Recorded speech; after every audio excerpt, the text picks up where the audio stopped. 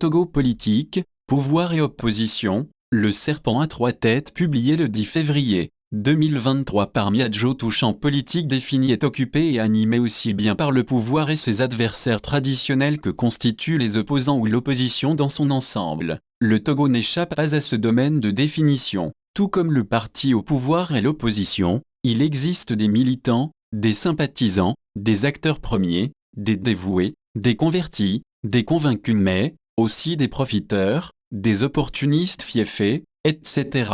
C'est dire qu'en considérant les échantillons des adeptes aussi bien de l'opposition que du parti au pouvoir, il existe 303 catégories de militants, ceux qui critiquent, ceux qui proposent et ceux qui agissent. Bref, le serpent à trois têtes. L'existant au sein de l'opposition dans la plupart des partis de l'opposition togolaise, à bien les suivre et scruter leurs actions sociopolitiques et leur fonctionnement, nous pouvons sans grand risque de nous égarer. Affirmer que l'opposition togolaise souffre du phénomène de serpent à trois têtes, au sein donc des partis de l'opposition, on y retrouve ceux qui critiquent, ceux qui proposent et ceux qui agissent. Si ceux qui critiquent font la majorité dans le vase de l'opposition, l'on devra se poser la question de savoir si la critique est pour eux un mode de vie ou une mode. Ils sont nombreux à critiquer à tout bout de champ sans prendre réellement le temps nécessaire d'analyser, parfois même d'introspection. Le mode opératoire en ce qui les concerne est de critiquer avec véhémence sans pour autant comprendre exactement ce pourquoi ils critiquent et tombent très souvent dans la diffamation,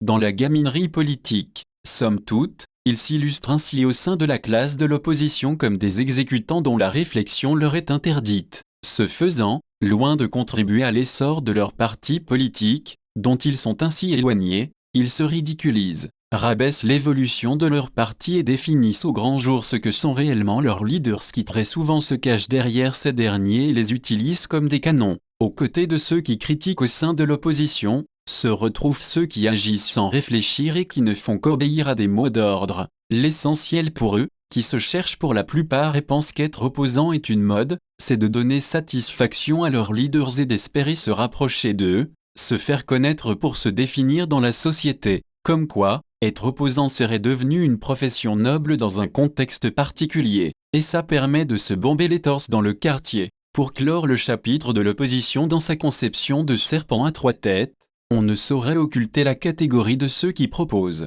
À ce niveau, ils sont très peu au sein de l'opposition à proposer des approches de solutions pour l'évolution des choses et le bien-être des populations, partant de leurs militants qu'ils assimilent abusivement aux populations togolaises en général. Ce qui se passerait au sein du parti au pouvoir, bien souvent à la bourre pour ne rien perdre de son champ de maïs, il existe également le serpent à trois têtes. Et ici, c'est très venimeux car, en ne sachant pas se remettre en cause au plus vite et redimensionner certaines choses, on peut facilement perdre le pouvoir au profit d'une opposition qui a du mal jusqu'à présent à se définir. Dans tout parti politique au pouvoir, ceux qui critiquent ne font pas défaut. Pour ces derniers, critiquer ne saurait signifier insulter, diffamer, se ridiculiser sur les réseaux sociaux ou en public. Ils critiquent tout en portant des gants et n'ont pas tous le culot de s'exprimer pour se faire entendre en vue de corriger les inégalités, les imperfections, les frustrations, les déceptions, les désolations,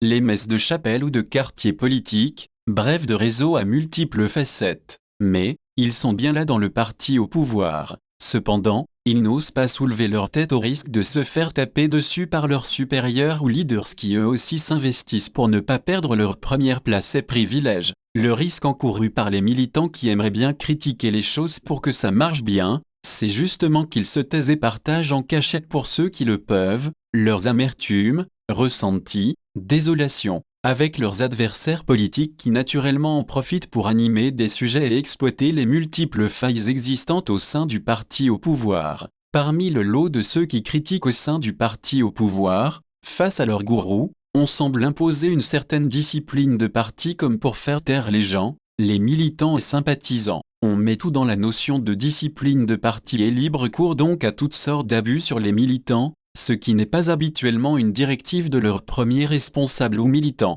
On abuse des autres, on les martyrise, on les tétanise avec ce céleste slogan de discipline de parti, comme pour insinuer qu'au sein du parti au pouvoir, point n'est besoin de s'offusquer contre les manières de conduite des choses même si abus il y a pour ceux qui osent critiquer au sein du parti au pouvoir. C'est presque un péché originel que de procéder ainsi. Même en face de brûlures de feu, il n'est pas permis de dire que ça fait mal ou qu'on doit très vite éteindre le feu si feu il y a sacrilège donc, pour toi qui oserais procéder ainsi. Les gourous ne te laisseront pas tranquille et t'auront à vie dans leur champ de tir. Bref, un élément à surveiller de très près. Et pourtant, et que dire de ceux qui proposent? Même au sein du parti au pouvoir, ils sont infimes ceux qui proposent, par peur de se faire identifier, par les gourous et les leaders de l'heure qui n'ont d'autres ambitions que de conserver leur statut, prestige, privilèges, avantages et honneurs. Ceux qui peuvent proposer ou proposent sont à compter du bout des doigts. Cette situation ne ferait pas du bien au parti au pouvoir qui au contraire a bien plus besoin de propositions pour remodeler les choses.